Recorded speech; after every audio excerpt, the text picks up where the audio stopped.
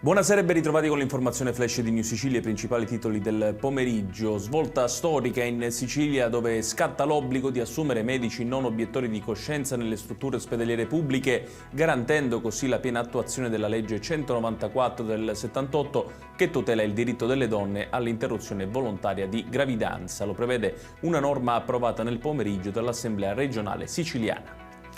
Nuovo stanziamento di 26 milioni di euro dalla Regione per le imprese danneggiate dalla pandemia di Covid. La misura originale aveva una dotazione finanziaria di 187 milioni di euro, ma a fronte di domande per 274 milioni molte imprese erano rimaste escluse. I nuovi fondi daranno liquidità a 500 aziende dell'isola.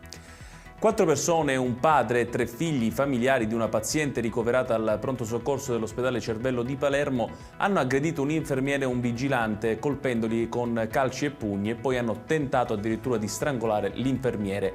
Chiediamo il ripristino dei posti di polizia all'interno dei reparti di pronto soccorso, l'appello lanciato dopo l'episodio dal Nursind Palermo. Il Tribunale del Riesame ha rigettato la richiesta di custodia cautelare agli arresti domiciliari chiesta dalla Procura di Catania per il sindaco di Paternò Nino Naso. Quest'ultimo è indagato per voto di scambio politico-mafioso con il clan Morabito Rapisarda nell'ambito dell'inchiesta Atena.